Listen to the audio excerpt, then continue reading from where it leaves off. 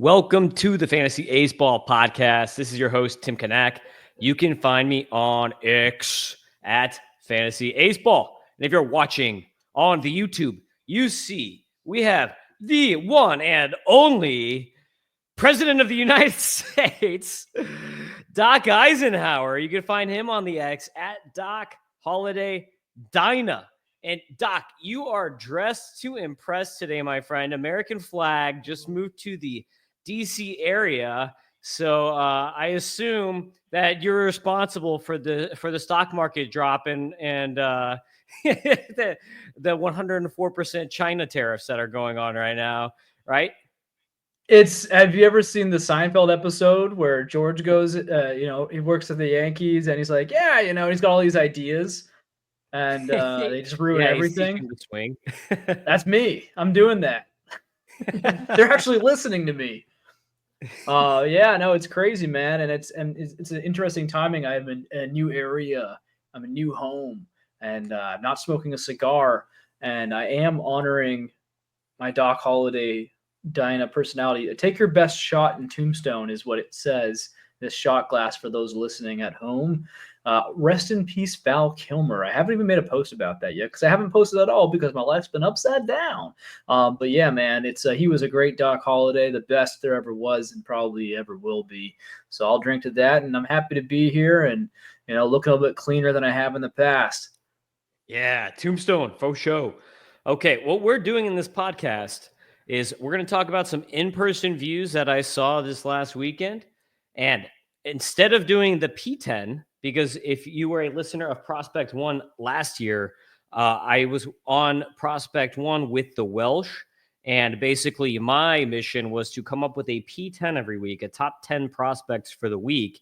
And Welsh's schedule is crazy right now because Fantasy Pros has him doing like every sport.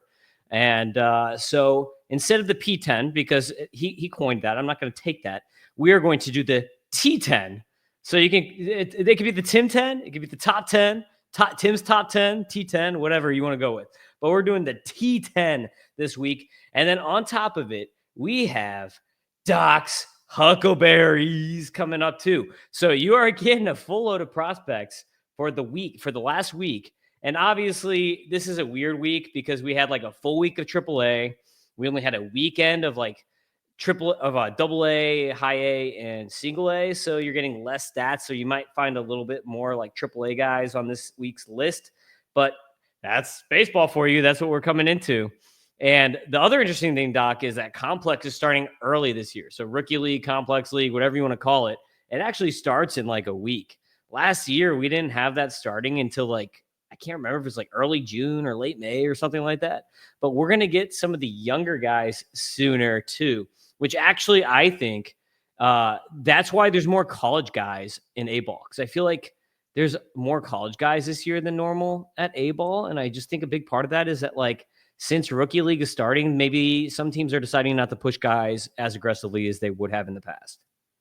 I mean, that's a scientific theory that makes sense.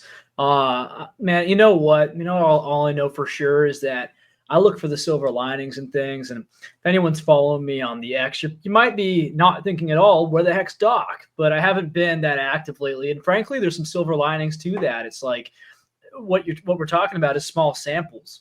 And so I've been able to, but I've still been reading. I've still been like able to check in every couple times a day and see what's going on. And it's interesting. I remember like a few days into the year, Mason Wynn was a bust, total waste of energy to even talk about him. Of course, he was never going to be good, and now he's crushing it. It's like, hey guys, patience. And I mean, here's the thing: a slow start could mean that a player is in for a bad season. But if you believed in them before spring training, even because a poor spring doesn't even mean everything.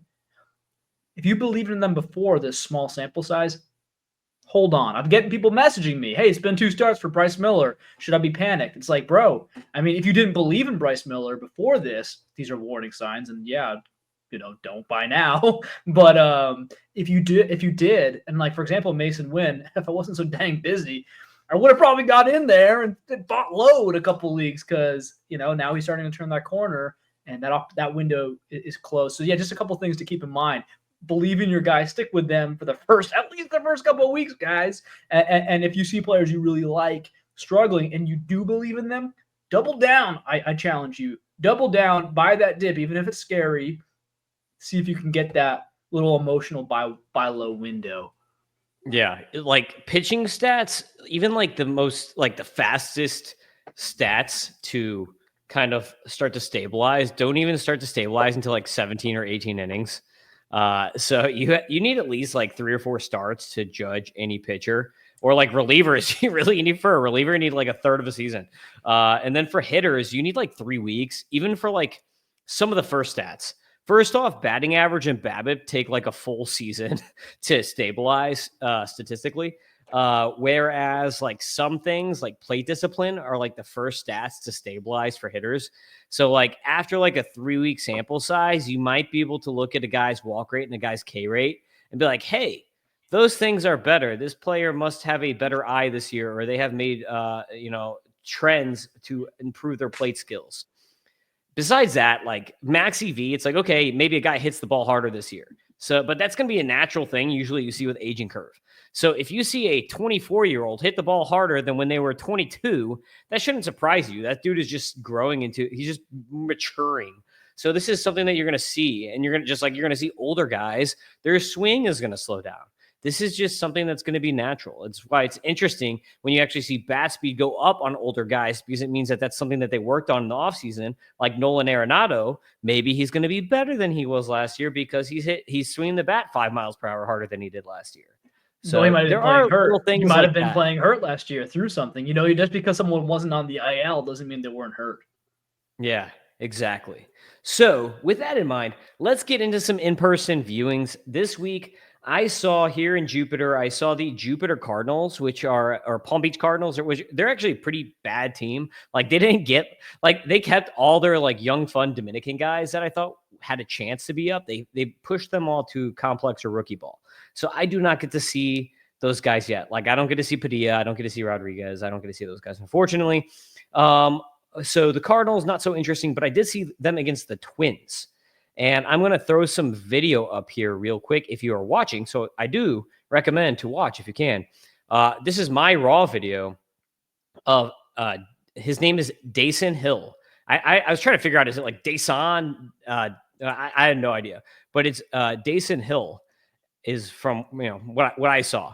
And this dude is a lefty who is 6'5".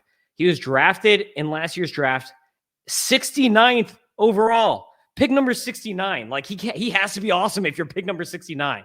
And this dude was throwing 97 miles per hour from the left side. He was also throwing this crazy changeup and curve. The dude is legit. I will tell you that when I saw him, it just brought me shades of Thomas White. When I saw Thomas White in Aceball last year, I was like, this dude throwing that kind of heat from the left side with these kind of breakers. Very impressive stuff. If you want to see the full video, you can check that out on my YouTube channel, which is the Tim Kanak. I'm also going to share right now. I'm going to throw up.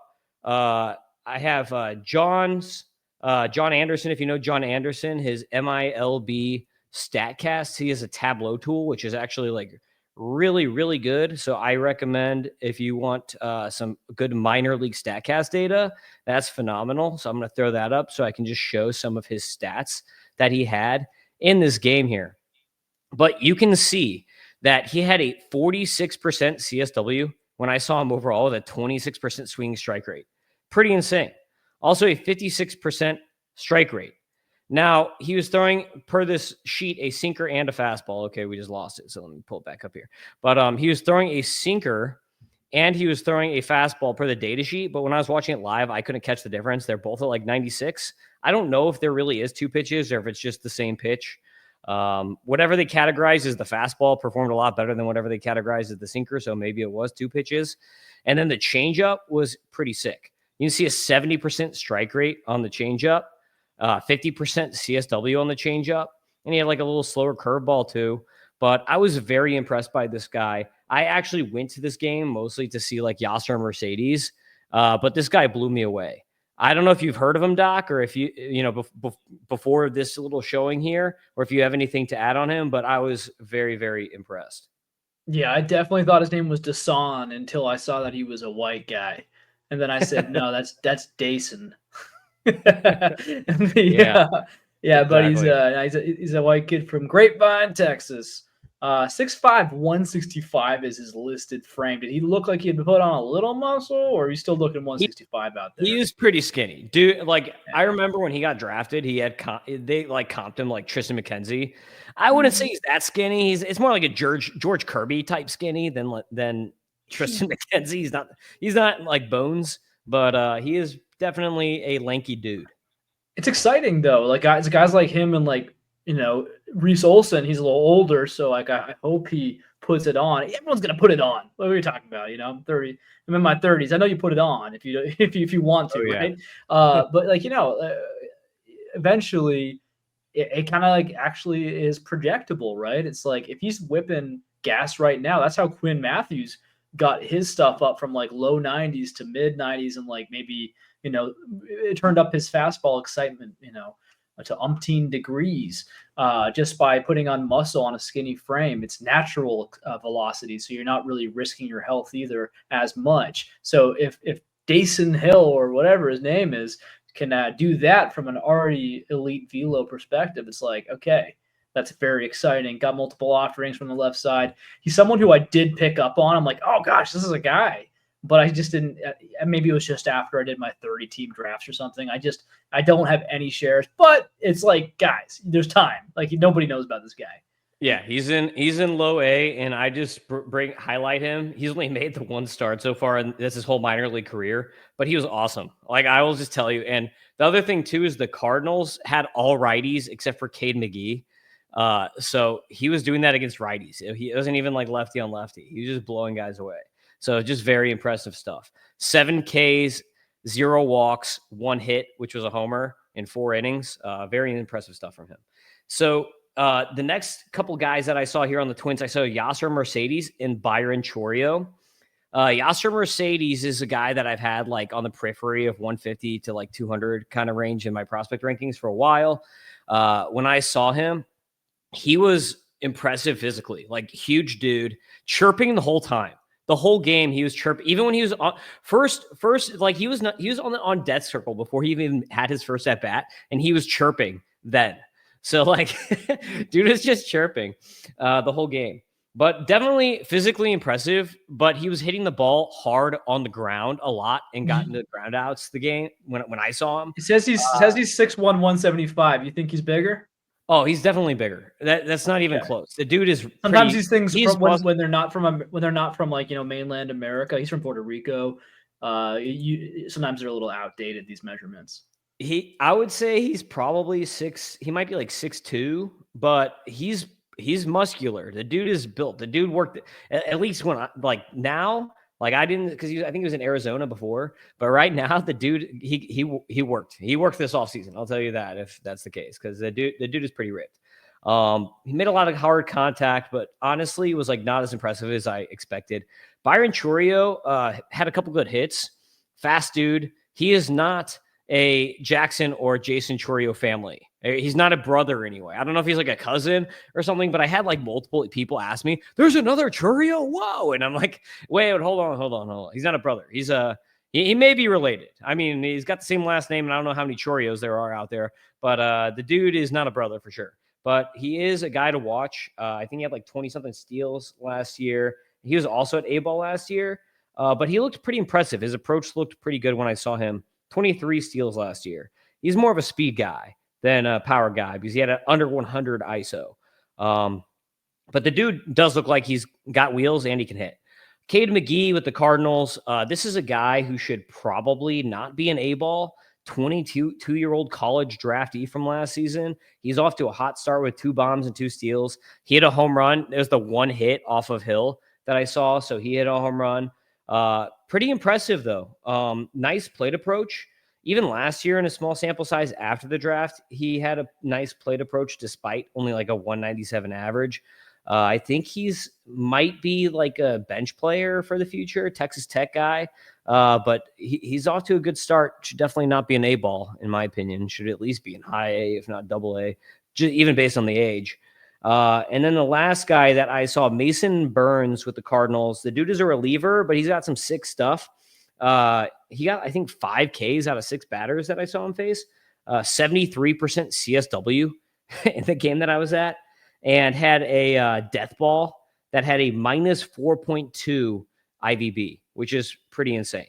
So Andy throws like 96, 97. So very good stuff from Mason Burns as a reliever. You got anything on any of those guys, Doc?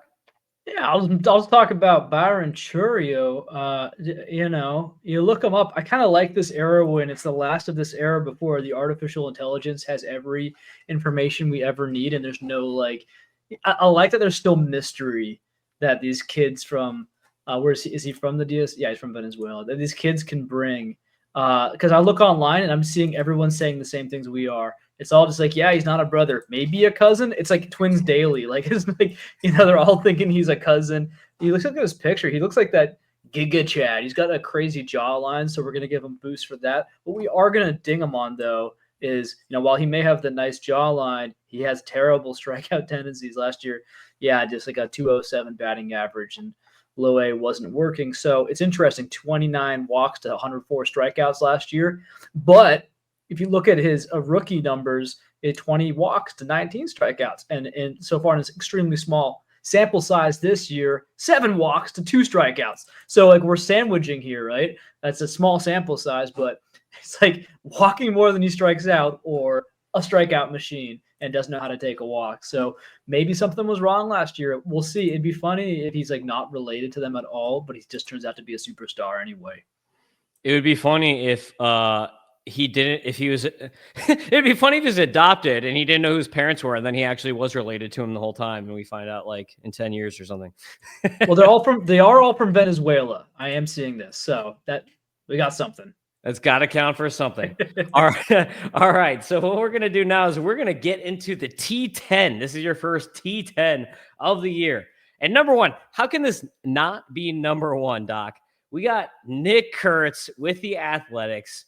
Just freaking ridiculous stuff from him. 4 bombs already in the first week. And I'm going to pull up again on John Anderson's thing. I'm going to pull up some of his data here real quick if you're watching, so you get the benefit of getting data and seeing everything. But you see this nice Tableau page here if you're watching. And you can see so far from Nick Kurtz, we have a average exit velocity on the season of 96.9. Obviously, it's a small sample size. But that's just insane that, you know, even though it's only whatever 20 something batted ball events, 27 batted ball events or whatever, that's insane. 30% barrel rate, 26% line drive. So again, small sample sizes, but you can't ask for much of a better start than this. 475, 500, 1130 line. What do you got on Kurtz, Doc? When do you think he's up? Like, Soderstrom is performing so well right now, but I feel like the Athletics, if they really wanted to do this, like they would just find a spot for him, DH him, play him in left field, whatever, and then bring Kurtz in at first. Like this lineup could be really good between those guys, Rooker, what's his face in the outfield, Butler. They've got a good team. Yeah. No, I'm big on Kurtz. I believe Scout the Stat Line has him projected for like 330 batting average, 409 OBP, and like 30 or 40 bombs, something stupid. So frankly, it's like I mean, this guy has that eye, right? He's got something that is special because he's a big guy with natural, like his ability to hit the ball is his key to power. It's actually not his raw brute strength necessarily. And you can see that actually it's the one knock on him.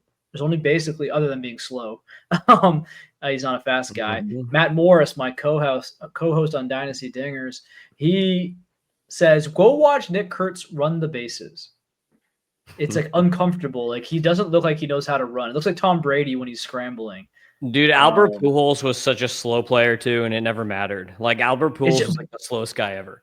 But he just moves weird. He moves like he's not an athlete. Like, so I can see what the scouts were kind of concerned about, like lack of quote athleticism. But it doesn't really matter because he's just so big and so smart and just has such a great eye that it's gonna be. I think he's gonna be maybe like a kind of different Freddie Freeman, whereas Freddie Freeman was more skinny and maybe a bit of a better athlete, but both just kind of going to give you these really almost boring but extremely elite seasons. Like, how has Freddie Freeman been so boring yet so consistently elite for like his entire career, basically? But that's like, and frankly, maybe more power with Kurtz. I think Votto, dude. I think Votto is really like the comp for him because he's got ridiculous plate skills. And I don't know if but you remember too, when Freeman was coming up, he was more of a hit first guy and not really a power guy, like 25 bombs his first few seasons. But like Votto kind of did the same thing. And Votto was just always kind of hiding and like he's going to be a Hall of Famer, Votto, but he's just kind of like hiding. He never really like had like this one crazy year where he was just really good every year for a long time. I think that might be Kurtz. Like, I don't know if he's ever going to put up like a Freeman MVP season. I just feel like he's just going to be kind of like a stealthy, like really, really, really good player for a long time. Yeah, I'm seeing that. I'm looking at roster resource for the Athletics right now. Got Miguel Andujar out and left. Get him out of there. Get him out of there. Put Rooker in left field. You know, he can still play the outfield because I want him to get outfield eligibility for my fantasy leagues. So he can do that. And then you put Kurtz at DH. And that's that. There you go. Now you have – so I don't know, guys. What do you think? Nick Kurtz or Miguel Andujar? I don't know. What do you think? You know? Yeah, exactly. Let's do it. He's up by June. I hope it's earlier. I hope it's sooner because he's just like how long can you keep a guy that's hitting 400 just put up tanks like that? Like if he does this for another 2 weeks, can you really keep him like after the Super 2? Can you really justify? I'd like to see him up before May. Yeah, that'd be better. Yeah. That'd be solid. That'd be awesome. Athletics. Please be a cool team now. All of a sudden, you leave Oakland, even though it's the same owner, they just completely changed like your the whole way you run your whole operation. You're just like, I just didn't like Oakland. Now I'm gonna run this team like a good owner. Like just magically leaving the city. Here we go. Number 2 on the T10, we have a second baseman Tim Tawa. Of course, I have to have a Tim in the first. The first T10, if I'm going to call it Tim 10. Tim Tawa. I think that's what you put your finger on the scale on this guy because I'm not seeing it other than the Tim factor. Yeah, he has not been good since getting the call. I'll say that. But he was really good last week, and this is all based off of last week's minor league stats because I wrote all this stuff on Sunday night before he was playing in the majors. So Tim Tawa last week, 6 extra base hits, 3 bombs, 2 steals. He's kind of like one of these guys that has really good stats, but doesn't really get the opportunity for a while. It's almost like in a random Michael Busch type scenario here with Tim Tawa. The difference is he can play multiple positions. It's almost like he's like a better defensive version of Tyler Black because he plays like the same positions that Black should be able to play and do some of the things that Black should be able to do if Black could actually like be good defensively, but he can't be. But the interesting thing is that Tim Tawa last year had 31 bombs and 14 steals with a 290 or 279 batting average through double and triple A. So it's not like this guy just appeared out of nowhere and it's like, oh, we just don't want to call up Jordan Lawler. Like he actually put up good seasons and he's older, right? He's 26. So it's not like this guy is like a super prospect or should be in your top 150 or whatever. He's like a big dynasty guy. I think he's more just a guy that is on a heater right now. He was good last year. And if you are in a deep league, he is multi-position eligible and can help you. What do you think on Tawa? He's one of those guys. He did just literally yesterday turn 26, but yeah, he's like, this is a guy. This is a race of baseball player. It's the Spencer Steervik kind of vein. You have to have the same first and last initial. Like first, you have to have the first initial of your first and last name be the same too. 5'11", 196. Like he's not quite 6 feet tall. He's not quite 200 pounds. He's just over 20. Yeah, he just turned 26. Like you're kind of like on the wrong side of everything. The least sexy kind of guy. So I'm going to be rooting for him because it's an underdog story now. But yeah, I mean, you have to keep in mind, folks, these great minor league numbers are coming from the PCL. I feel like we say that and people don't believe us. Like I know I used to be like that when I first And before I really became a prospecting, mentally deranged kind of guy, I didn't really understand what that meant. Guys, there's elevation at play.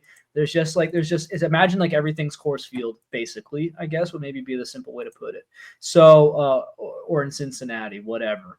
But that said, he does seem like he has a great eye. And I don't know what his defensive capabilities are. It says he plays second, center field, and third. So I'm guessing that's why he's getting a shot, is that he can play some of the some of the trickiest positions to play out there. Maybe he can carve out a career as a utility guy. Yeah, I think so.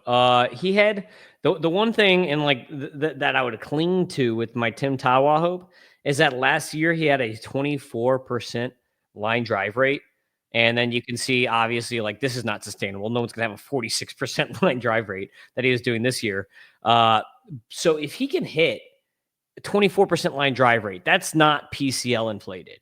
If his numbers were all based on like a 50% fly ball rate or something like that, then I'd be like, okay, that's PCL inflated right there. But he does line the ball more often than most hitters. So above average line drive rate can lead to some success in the majors. So if he can just carry that over, then I think he could be a solid deep league asset.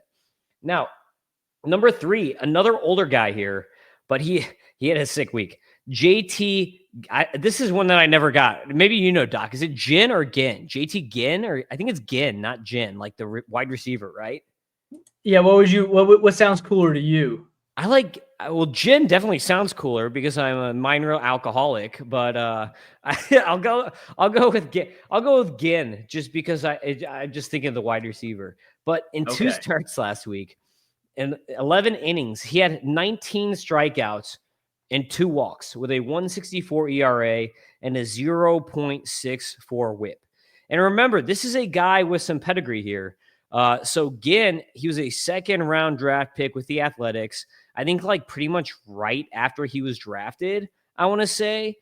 He had to get Tommy John surgery and missed a good amount of time, which is why he's a 26-year-old now.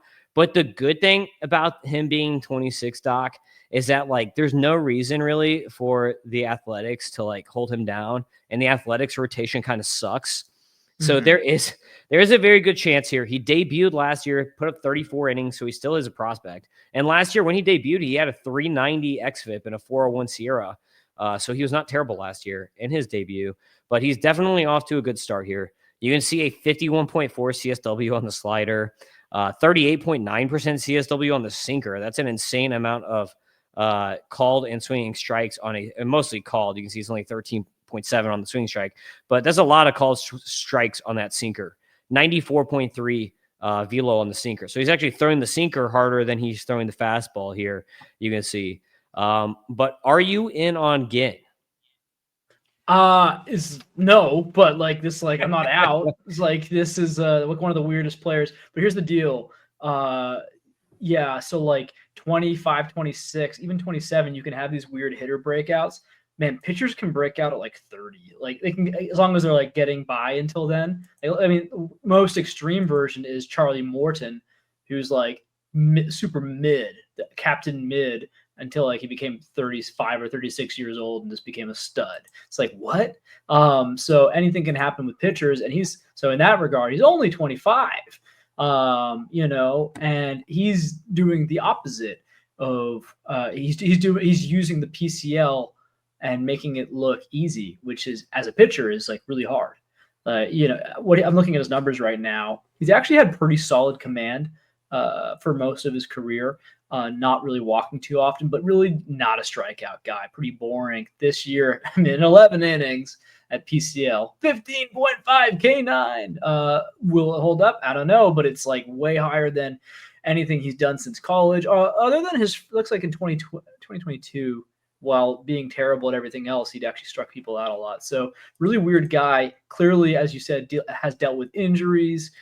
At the end of the day, yeah, he's got some pedigree. I'm gonna remember this name. I'll tell you what. This is someone I'm interested, and especially with the Athletics, I think their bats could be very exciting very soon, but their arms need some help. Yeah, I think in deep leagues, he's a name to watch. If you're in a deep league, like our Otnu league, and you need like a, if you need like like a last pitcher to add to your team, like this would be a dude because this is the thing. He's going to be pitching in a minor league ballpark, but he's constantly running like 55% ground ball rates, and that sinker is a really good pitch to generate bad contact. Like you can see 58.3 here in AAA this season. So I think that's kind of like what you want when you're going to be in a very hitter friendly park to have a guy like that. It's going to be all about his fantasy value. It's going to be all about the slider. Can this slider still get the swings and misses once he gets to the majors that he was getting in AAA? Because obviously the sinkers are not strikeout pitches. And if all he's throwing is like mostly sinker slider, like you're seeing here, is basically like all sinker slider. He's throwing like a few changeups and a few fastballs besides that. But like you're not going to get away as a 2-pitch guy in the majors. So he's got to develop a third pitch to really get that going up there. But if he can just generate a bunch of ground balls and get that kind of swing and miss on the slider at the major league level, then he's definitely going to be a dude to watch. Number 4 here is going to be a no surprise to anybody, but it is Zach Veen. And I actually wrote this prior to the call up even. I was writing this Sunday night and they got called up like an hour later. And I was like, oh, sweet. But Zach Veen, basically 6 extra base hits, a homer, a steal, gets the call. He was hitting like 400 or whatever before he got the call. He had a really strong spring. And this is after like having a really up and down minor league career. Like I feel like people are just burned on Veen because he's been around for so long. Like he has been in the minor league since 2021. Like he was a first round pick. So he's been on everybody's radar since then as like a super athlete. You know, like in 2021 in Aceball, in only 106 games, he had 15 homers and 36 steals. So everyone was like, oh my God, look at this guy. Imagine what he can do in Colorado. And then it just took him forever to climb the ranks because of terrible plate skills. And then this spring, and like in AAA this year, in his little small sample size here, we have seen him cut down the strike rates, the strikeout rate significantly. And I think that's like the big difference because the dude has always been super tooled up, and it's just like seeing the ball better and not swinging and missing so much can completely change your hitter profile. Like this is like it's a Victor Scott situation almost because like before we started recording, we were talking about Victor Scott. So bring up Zach Veen's numbers here. Like he's still hitting the ball on the ground a lot, which is not good, but he's so fast that maybe you want that. What do you think about Veen? Yeah, for me with Veen, it isn't about plate skills. It's about bone and ligament skills. It's about staying healthy. It's about staying on the diamond, staying, in the field, staying able to, your best. Sometimes availability can be your best ability. Like I was getting excited about him again last year. And then, remember earlier last year, there was like, oh, Zach Veen. It was the same thing as happening right now. We're like, oh, it's actually happening. Yes, gosh, what a good comeback story. And then he got hurt again, went away. It's like, bro. And I think it was hand and wrist and hand. Like that, those are dangerous, man. Alex Kirilloff had a career ended early because of those kind of things. Chase DeLaude or Royce Lewis. What's happening with these guys, right? And it's like, we don't know this is it, right? Like if Zach Veen does the same dance this year, it's gonna really go away. The hype. It's not that his career can't happen, but it's like we're gonna just trust him less and less. So I hope it happens for the kid. It looks like you're saying, the strikeout rates. It's pretty exciting. He's kind of big frame. Maybe he could fill out a bit more, really fast. In cores could really help. That could help. Sometimes with like cores and PCL, actually, it's not always just home runs. It is like just that sometimes for cores, like the elevation can negate the breaking movement on certain pitches. So it's a physics thing, right? So that kind of just flattens out, maybe a loopy curveball just kind of comes at you straight 75 miles an hour so you can smash it easier any way you want it. So we'll see what happens, man. I'm rooting for the kid because I want these guys to all have fun, long careers, and we'll see what happens. He was a former 9th overall pick, folks. The pedigree is there for Zach Veen, and he's got a terrible but delicious mustache. Yeah, if I write up my prospect write up, I said he looks like Joe Dirt, but I also Great I also write-up. count him to Charlie Blackman. I think he just like wants to be like the next Charlie Blackman, maybe. And he kind of reminds me of like a young Charlie Blackman. Like when Blackman came up, he basically had no power. He was like all doubles and speed and some on base. So I think we can get that from Veen. I think like ideally he would be more of a doubles hitter because he does hit the ball on the ground at an over 50% rate. And like even you can see here, only a 4% barrel rate, even though he was really good. So we just have to be cognizant that like you're probably not going to get a big home run guy. But what you might be getting with him, if you're lucky this year, is maybe kind of like something like we were getting in the small sample size that we saw from Dylan Cruz last year, right? Where he got some singles, got some doubles, and then stole a decent amount of bags. I feel like that's what you want to get out of Eden this year. If you can get like 30 steals out of this dude, then like that's kind of with like 8 bombs or 10 bombs, that's probably like a best case scenario. Sure. And just like one last thing is that everyone right now, stop what you're doing. Go to Baseball Reference, Zach Veen, be on a desktop, hover over his picture, and be concerned about your local movie theater being shut up because this guy looks crazy. My goodness. Like he's got purple hair and he looks like a serial killer. His eyes are gonna murder you. And then if you hover over it, you see when he was happier. You see happier Zach Veen. So are you doing that right now, Tim Kanak? Yeah, hopefully he's happy Zach Veen because he's making money now. But bro, that's an edgy joke. But everything I said is 100% accurate, correct? Yes. Thank you. All right, 100%. now we can move 100%. on. He looks like that he would be one of the Joker's henchmen.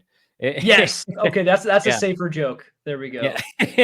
Yeah. He's like the Joker's like right hand nameless man who definitely dies in the movie. That's it. That's him. Number 5, we have Hagen Smith with the White Sox. If you've been following anything since like college last year, Hagen Smith has just been on an absolute tear. Like I'm just wanting to stay healthy because he's already had injuries in the past here. We're gonna pull up Hagen Smith. Oh, no matches in the pitching arsenal because he hasn't played in AAA or whatever. So we have no StatCast data, unfortunately, on Hagen Smith right now. But he did have 10 strikeouts in 4 innings last week. So the dude pitched 4 innings, 10 Ks, 4 walks. Like, are you concerned about the walks when you see that? Or are you just like so pumped about the 10 Ks in 4 innings that you don't care? I don't think he gave up a hit. Yeah, he did not give up a hit. So 0 hits, 4 walks, 10 Ks. It's almost like Blake Snellish right here from Hagen Smith. I'm not remotely concerned. They've put him into the upper minors. I mean, they're giving him they're giving him an aggressive promotion. When you're in AA, you can see the big leagues like at any point in time, essentially. They're probably not going to go that fast with him, but like he did 7.2 innings at high A after college, and then immediately went to AA. And it looks like he's doing pretty well at AA. I don't think there's enough hype on Hagen Smith. Southern redneck boy with another dirt stash, just like Joe Dirt, just like Zach Veen. And he's got some great hair. I think he could maybe turn that into a mullet if he wants to own the whole thing. I'm not sure how that plays in Chicago, but if you want to talk baseball, this is a lefty with filthy stuff. And I think I've always been Smith over Burns. I'm one of those rare weird guys. Ooh. And frankly, that's just like Burns looks great, but the Chicago White Sox have done a lot of things terrible over the last few years. Pitching is not one of them. They're turning into a pitching factory. They're kind of like the Pirates. They don't seem to have any idea about how to assemble a batting lineup, but gosh, you want their arms. Yeah, the main thing is, are they going to be able to actually have success on the White Sox, or are they just going to be like the AAA team for the Red Sox or whatever? It's like the White Sox are like the feeder team for the Red Sox at this point. So hopefully Hagen Smith, Noah Schultz, all these guys are going to be up this year. I would love to see this rotation with Sean Burke and Shane Smith after what he did today, with like Hagen Smith and Schultz in there, Taylor. Like that'd just be insane if they can get all these guys working. And they've got other guys too. that are down there that like Iriarte is going to be a reliever probably. So like a lot of these guys are going to just end up going to the pen even because they're going to be so deep. It's going to be like a Pirates or a Mariners situation where it's like, hey, can you get hitting to complement any of these guys? Hopefully Teal and some of those other dudes work out. Number 6, we have Sal Stewart, who is a big scout the stat line type guy.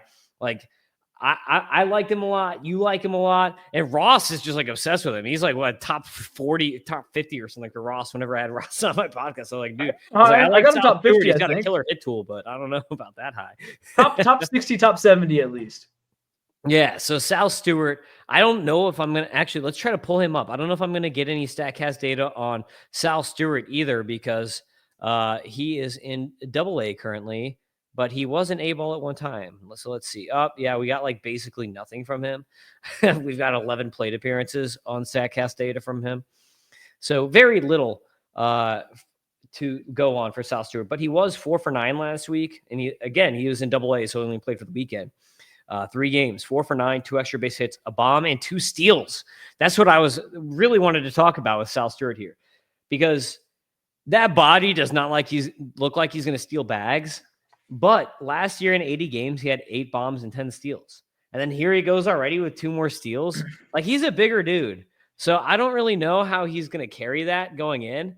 It's almost like it reminds me of like Josh Naylor was stealing bags at one point. Like, is a bigger dude. Like, I don't know if that's going to carry over the steals, but he's making it work right now. Like, what do you think? Is Sal Stewart going to be able to carry some of that speed over? Because that's going to make him a lot more interesting from a fantasy perspective. If he can drag in like a double-digit steal total into a 280, 290 batting average with 20 bombs, what do you think? Do you remember Adam Dunn? Yes, of course. 6'6", 285 by the end of it. He stole 19 bases in his sophomore year. It can happen. I remember that. He got caught 9 times. They were like, all right, you got to stop that. I guess they weren't so analytical back then. Yeah, and that's what you got to look out. Like, is he getting caught? Is he not? It's kind of a mixed bag with Stewart. I don't think that body's going to allow him to do that long term. He's still like a pretty – he's 21 years old. He's going to be a guy who has a long career probably because he's just a ball player. If he can hit a name like Sal Stewart, and the way he looks, you can call him the Godfather. You can make up any kind of a cool Italian nicknames. And, they got Cincinnati Chili. They got some like Cincinnati Chili. I feel like you could maybe, you got to work a name in there. But I'm trying here, folks. Anyway, he doesn't strike out too much. Although I will say in his 2 games in AA, he's got a 27 K rate. No, but mostly he doesn't strike out. He takes a lot of walks. So this will be like a OBP kind of guy. What we want to see is is Jake Cronenworth? Like, I'm just thinking about boring guys who seem to like have a role. I think he's got a little more power than that. And maybe you got like a righty Kyle Manzardo even here with him, like something like that. Maybe. I don't know if he's depends. I don't know if he's going to stick it in the middle infield. Like, he's playing like second and third. I think he's going to move to third maybe. I think he's athletic enough that he doesn't have to play first. It's like he's got a weird body for second baseman. It's like a Max Muncy type thing because the dude is 6'1", like Nolan Gorman, 224 pounds. Well, Gorman's even like kind of lean, but like this guy is 224 pounds, and I've seen him in person. He's a bigger dude. Like, when I saw him in person, I was like, his body reminds me of Juan Yepes. So can you imagine like Juan Yepes playing second base? I can't, but like he's a much better hitter. So just a super interesting dude, really good hitter, just like a really professional hitter to keep an eye on. So he's number 6. Number 7, this is a name from the past.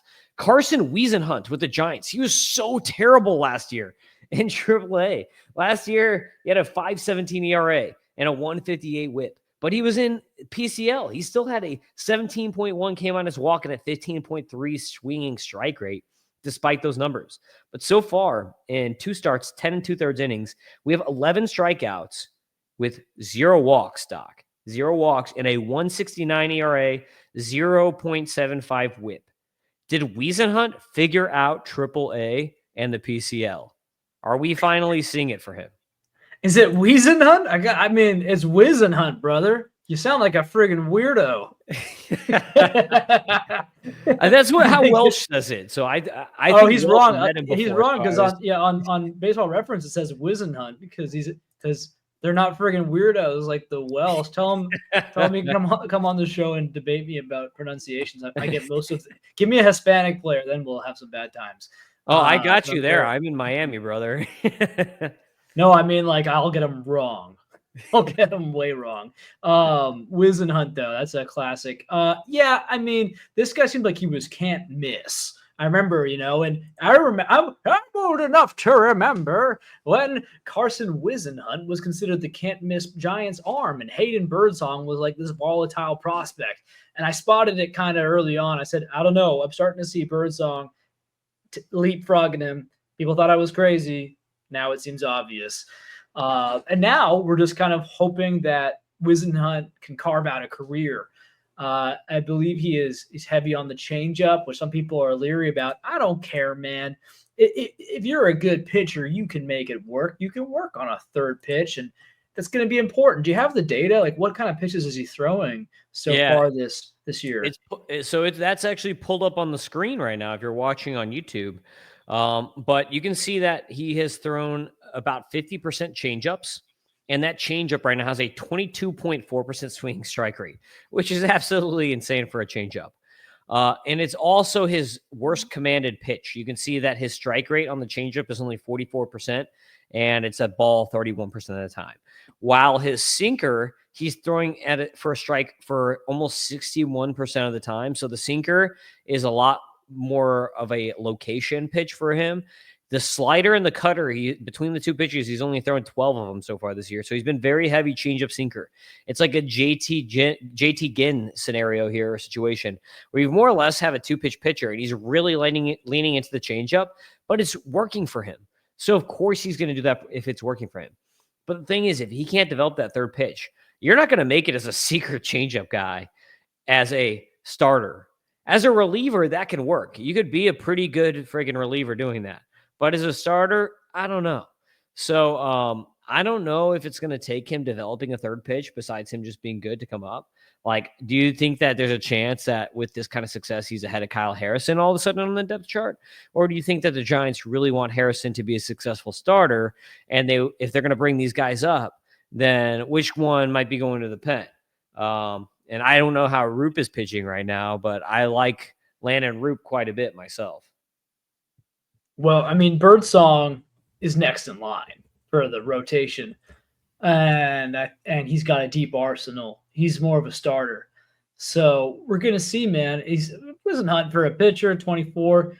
With all these positive things going for him, it's odd that he's like, I mean, clearly he's trying something here. He's got the slider, cutter. I'm not sure if those are the same pitch. They're just being captured in different ways on Statcast, but clearly he's tinkering with some kind of other pitch here, at least. So yeah, he needs to figure something out, and that would be great. Something with some horizontal movement, right?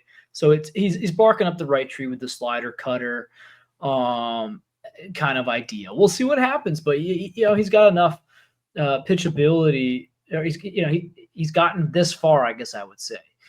But you're right in that, like, taking that next step against big leaguers.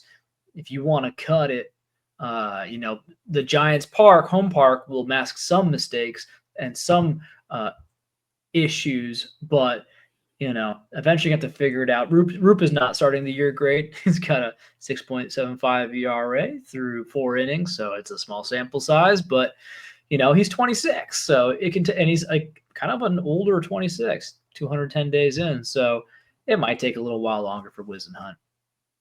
Yeah, true. So next we have number 8, Ryan Bergert, who's a starting pitcher for the Padres. And if you're familiar with the rotation depth of the San Diego Padres, it is quite terrible. So this guy might actually be like fantasy relevant for you for this season, which is one of the reasons why I bring him up. But besides that, last week in 9 innings, he had 15 strikeouts and only 1 walk with a 2 ERA and a 1.11 WHIP. So this guy was not good last year, and we'll throw him in here into the arsenal and check out his arsenal here. Ryan Bergert with the Padres. Now, Bergert last year was lackluster, but before that, he was throwing up 18.5 K minus walks at pretty much every level with mid 3.5 xFIPs. So I don't think that this is going to be like a top of the line type starter for you, but he could be in a deep league, someone useful to you if you just need starters, if you're in a super deep league. You can see so far this season, he's got a 17.5 swing strike rate. He's very fastball dominant with a 57% lean on that four-seam fastball, almost 18% swing strike rate on the four-seamer, which is pretty sick. And then he's got a slider, a sweeper, and a changeup.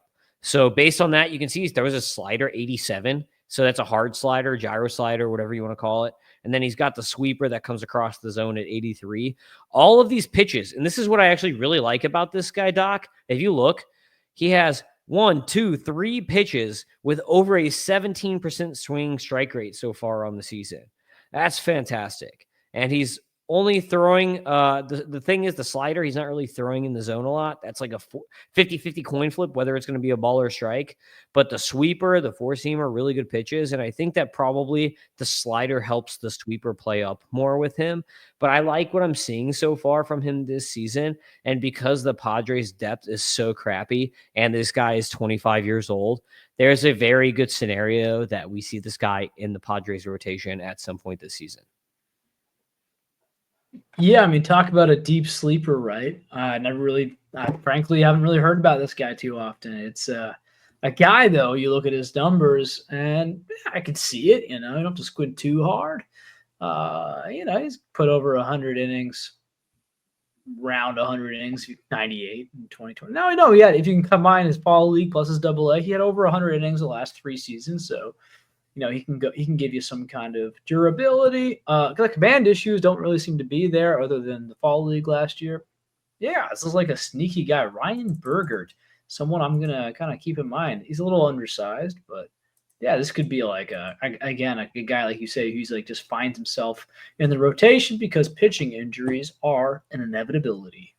Yeah, and these are the fun guys too that pop. Like a lot of people didn't know who Brian Wu was, and then now look at him. So it's like sometimes these deep league guys can just come out of nowhere. They develop a new pitch, they do something to tweak the arsenal, and then all of a sudden they're really good. So that's why it's really important to watch this stuff and look at this type of underlying data to begin the season. Like swing strike rate is one of the fastest stats to stabilize. I think that stabilizes that's still like 16 or 14 innings or something like that. But swing strike rate stabilizes way quicker than K rate or walk rate or anything else.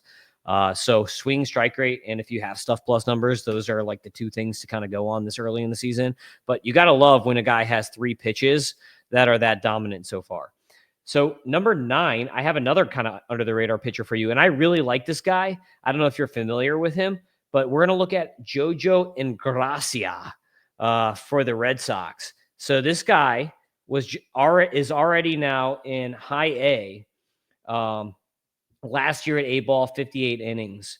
And in A-ball last year, he had a 39% CSW in those 58 innings, Doc, with an under 1 whip and a 194 xFIP, a 185 ERA, and a 20.9% swing strike rate. So this guy didn't come out he's under the radar, but he didn't really come out of nowhere. So this week he had in 4 1/3 innings, he had 8 Ks, 0 walks, 2.08 ERA. So he gave up a run with a 0.46 whip. So again, small sample size for this season, but let's pull up JoJo here and see if we have some StatCast data on his arsenal here.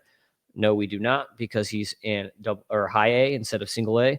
But I'm a big fan of JoJo with those kind of numbers. So far this season, 46.9% CSW. Obviously only 4 innings.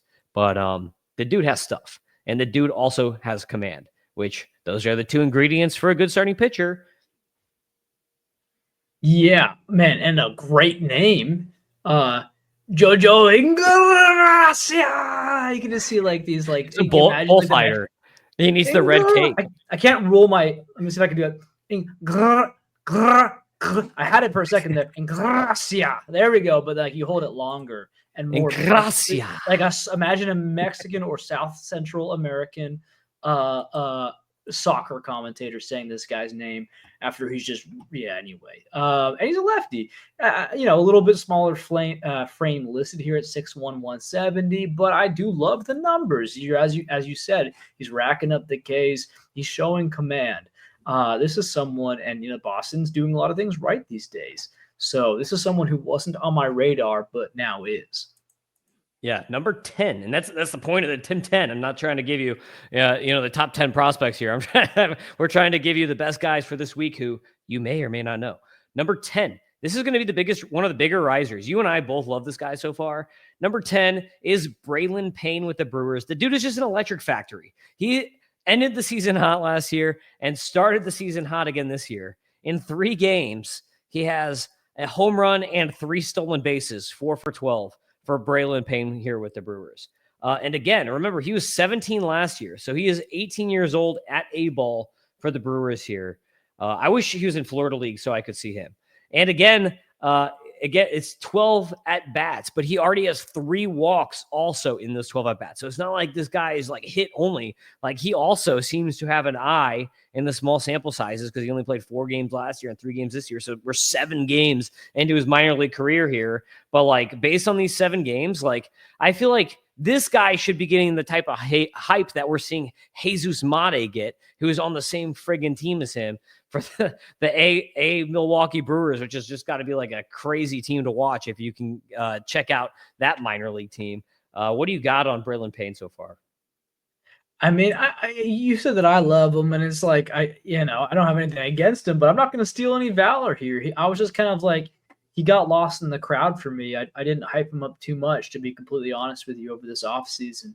But other people have, and they're starting to notice. So, as you said, for his age especially, this perfect kind of frame, based at 6'2", 186, a great projectable frame, not too tall, not too short. It's like center fielder maybe, right?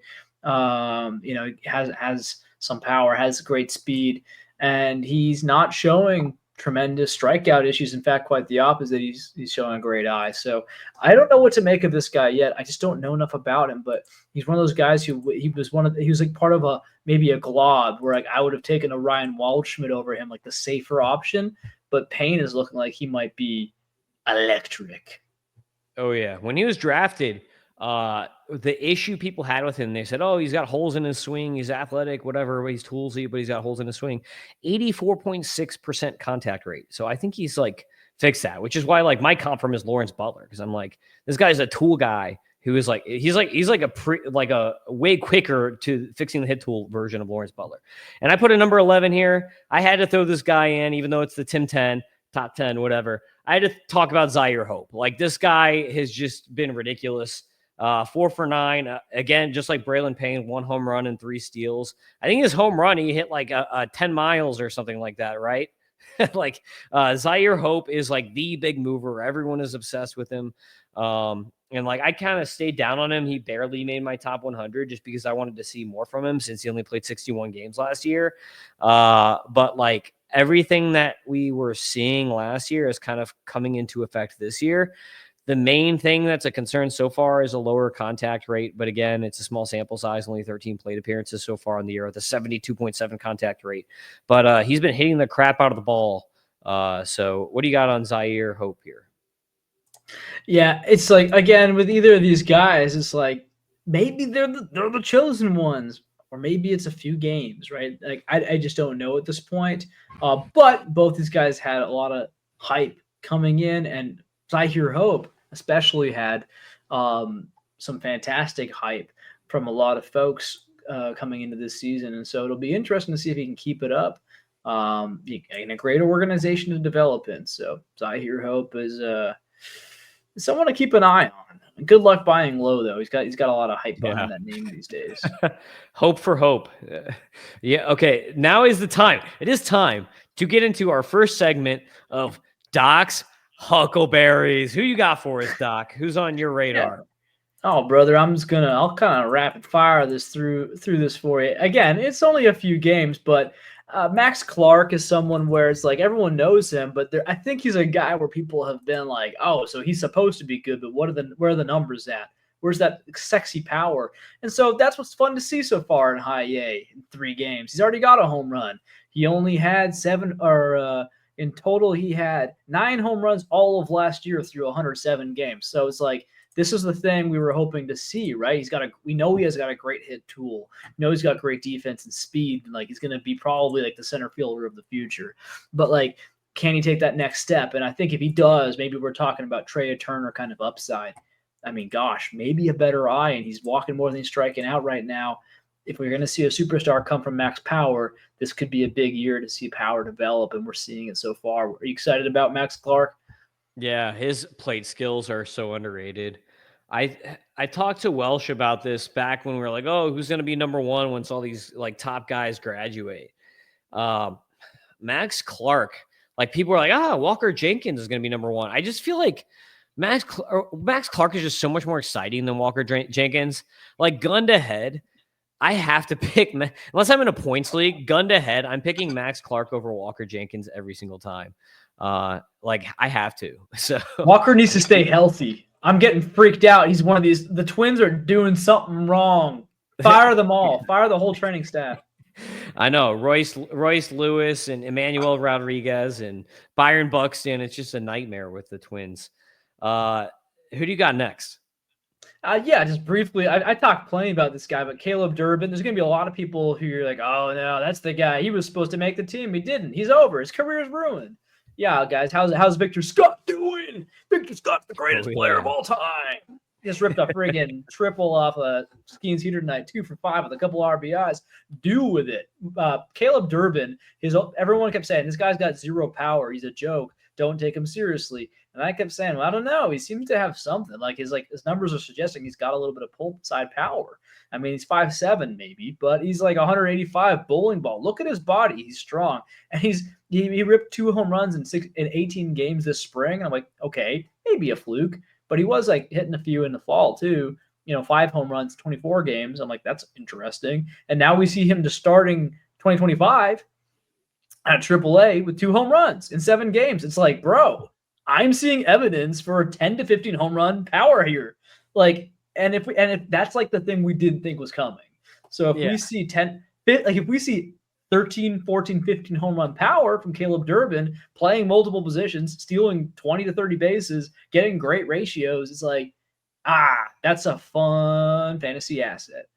This is what's so interesting so far with him is he is pulling the ball 52% of the time. So he may costing be him some patience, Yeah, he is, but he may be taking like a Paredes approach. But also, this may be part of him not making the team when he definitely deserved to make the team. And he's like, I'm going to rip bombs. Yeah, he's like, I just got to force my way up. 32% line drive rate, 52% pull rate, but almost a 102 90th percentile exit velocity.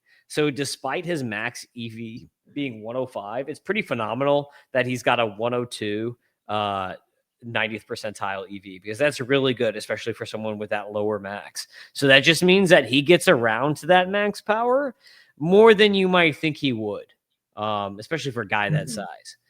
Who do you have next? Just briefly talking Thomas White, Baseball America gave him a nice bump saying, yeah, he's probably the best. Is he the best? Is he the best pitcher in pitching prospect in baseball by this time next year?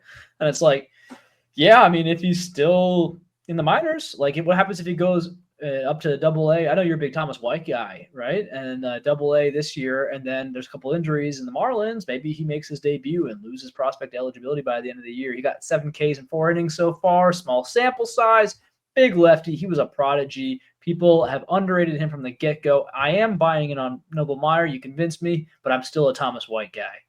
Yeah, so Thomas White was the most impressive player that I saw this spring. I saw the spring breakout game. I was at that game, and I got a lot of good video, which you can also check out on the YouTube channel, the Tim Kanak, to pump that. But you can watch the spring breakout videos that I have of him throwing 99 miles per hour from the left side. I told Welsh when he was on my podcast, I was like, because I did Welsh's, he does a thing where he's like, name one breakout or one whatever prediction for hitters and one for pitchers. And I almost went Thomas White as the number one starting pitcher. I went with Connor Prelip instead as a top 5 pitcher, just because I was like, Thomas White, like number one, that's not even that bold. I feel like he's so good at this point that it's not even that bold of a prediction. People don't get it though. It's like Sakura got all the offseason love, and I love Sakura too, so I don't like shame him. But White, I'm like, they're the same guy. They both have like really cool. Really, that both new breaker he has is so good too. Like that's why I was trying to pull up his arsenal because I wanted to see the numbers on the breaker. But obviously, his fastball is not even his biggest weapon that you're talking about. Like his 99 fastball from the left side is not even his biggest weapon. Yeah, so like I saw him in A-ball last year against Quinn Matthews. And when I saw him against Quinn Matthews was quite a bit better than Thomas White at that time when I was watching them 1-for-1. And Thomas White had a very like loopy kind of curveball that I was just like, I don't think that's going to play in the majors. That's like way too slow. It's too like Adam Wainwright, like old school curveball-y. Completely different pitcher when I saw him this spring. So like it was like exact opposite. Like I think Quinn Matthews actually got worse from when I saw him last year because his velo was down and he was throwing his sinker way too much because Cardinals are dumb and they like all their pitchers to pitch to contact for some reason. But Thomas White added like 3 ticks on the fastball, and that new breaker is like a sweepery type pitch. It's more like slider sweeper than curveball. And it's just way more effective. He was insane when I saw him. Who do you have next? Oh gosh, I don't remember. Jim, I'm gonna bundle them together. Jimmy Crooks, Carter Jensen, the Missouri Mashers. I had another name for them, but I'm sleepy, so I don't remember what the Missouri Connection, something stupid like that. But but Jimmy Crooks, nobody likes to talk about him. I don't know why not? Because Jimmy Crooks is a great name. He's only had 12 events so far. Already has a max EV of about 105. He's just doing what he did last year, which is just 270 about a 270 batting average. 350 OBP, whatever. Playing great defensive catcher, position. Ivan Herrera was looking like an absolute unit. But the problem with Ivan Herrera is he's bad at catching. Like he's just not a great defender. He has a terrible arm as a Cardinals. Yeah. He's okay at framing, but his arm is atrocious. Like basically anyone can run on him.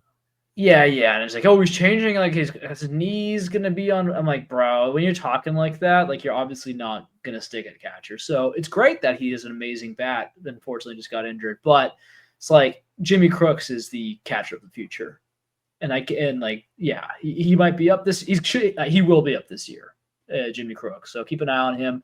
Carter Jensen. Both these guys just have I think Carter Jensen has 7 hits and 50 at bats or something. He actually has no home runs yet, which is interesting because he was looking like he was one of those classic Mike Zunino maybes. He's like all power. Nothing interesting, just kind of like all power, no discipline.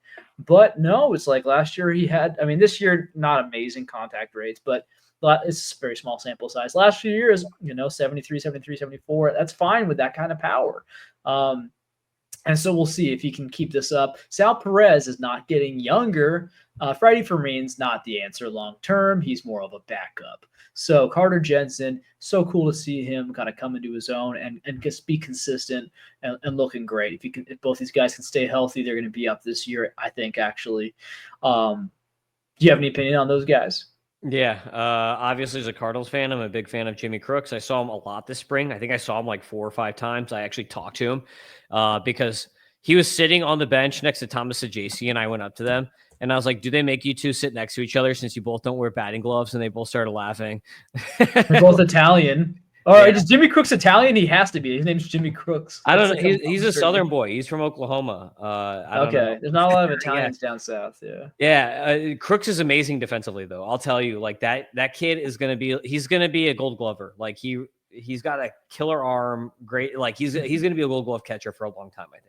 And fantasy players don't appreciate that. It's especially at catcher, guys. It's the majority, more than half, their job is to call games, basically imagine you're playing MLB The Show. You're picking the location and the pitch. That's the catcher, dude.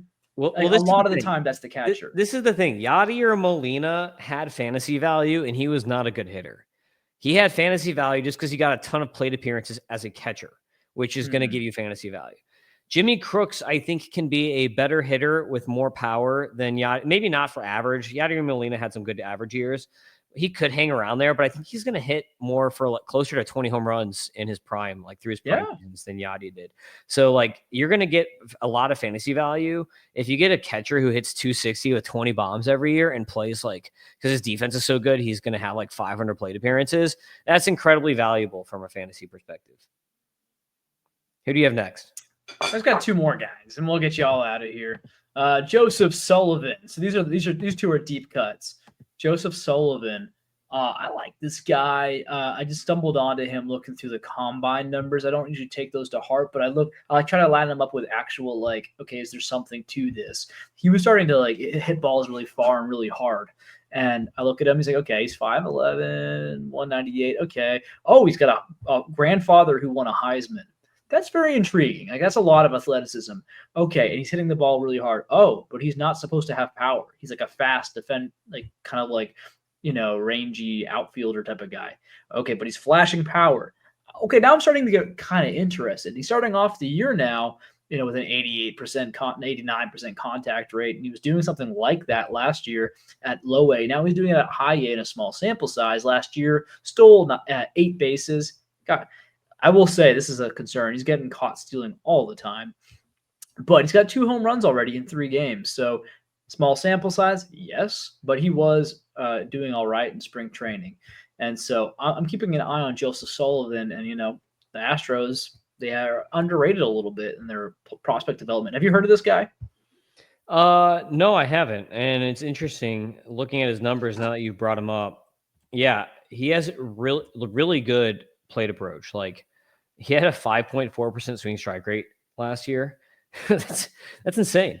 Really good plate approach, speed, and then now if he's showing power, that's pretty interesting, especially because he's 22 as a college guy. The Astros have a terrible outfield. So it would not be surprising to me. Like, I doubt he's up this year, but it would not be surprising to me to see them move him fast, just because they're trying to put everyone in the outfield now. They're like, our outfield sucks so much that Altuve is now an outfielder. Zach DeZenzo, you're an outfielder now, and Cam Smith, you're an outfielder now. I think that if they could develop a guy like him and develop a guy like Melton, they're a lot better off like trying to move than Cam Smith and DeZenzo back into the infield if they can longer term. So interesting name to watch. I agree. And then finally, this is the guy, like, just pay attention because I don't know what to make of him. Jeff Ponce over at Baseball America put Carter Frederick of the Kansas City Royals onto me. And this guy's a freak. He's 6'4", 235. He fell, he just kind of had it wasn't putting it together. Last year, really. No, he did okay though. Basically in his draft year, I'm not going to get into it, but from what I was told, faced severe tragedy in his life. Like, whatever the worst thing you could think happening to your family, like this guy, it happened, like really terrible stuff. And so he only had 2 home runs in 13 games in college and got drafted late. But that's a huge frame. And then last year he did okay, 266 batting average, 373 OBP. It's like interesting. But then this year he comes out guns blazing. In 3 games, he's already stolen 5 bases. Keep in mind, I told you he's 6'4", 235. Like, the what? Hasn't got caught stealing once. We're not seeing any power yet in terms of home runs, but he's ripping a double. I'm weirded out. This guy's really weird. I don't know what's going to happen here because I'm seeing this year he's in 3 games. He's got a 40% K rate, but a 27% walk rate. Not the greatest contact skills so far. I have no idea what the heck's going on here, but seeing those 5 steals in 3 games with this huge frame, knowing he had some serious personal things to overcome, and just how good the Royals are, like, frankly, they're developing talent. So I don't know. It's like a 0% own. This is like a 0% own in Fantrax kind of guy. But like, and if you're in a 30 or 25 teamer, Carter Frederick, Kansas City Royals. Yeah, there's no way a guy who's 6'4", 235 pounds has 0 power. Like, that's just not possible, like, physically, for that to happen. So I agree. Interesting name to watch, Carter Frederick. All right, Doc, that's going to be the end of the podcast. You can find me on the Twitter, X, whatever, at Fantasy Aceball. You can find Doc at Doc Holiday Dyna and the YouTube at the Tim Kanak. And Doc, you got anything else to promote? We're getting some Dynasty Dingers podcast anytime soon? Yeah, we're recording tomorrow. It's been a little while. We got a big announcement to make. We'll see. When's this coming out? This is going to be coming out Wednesday morning.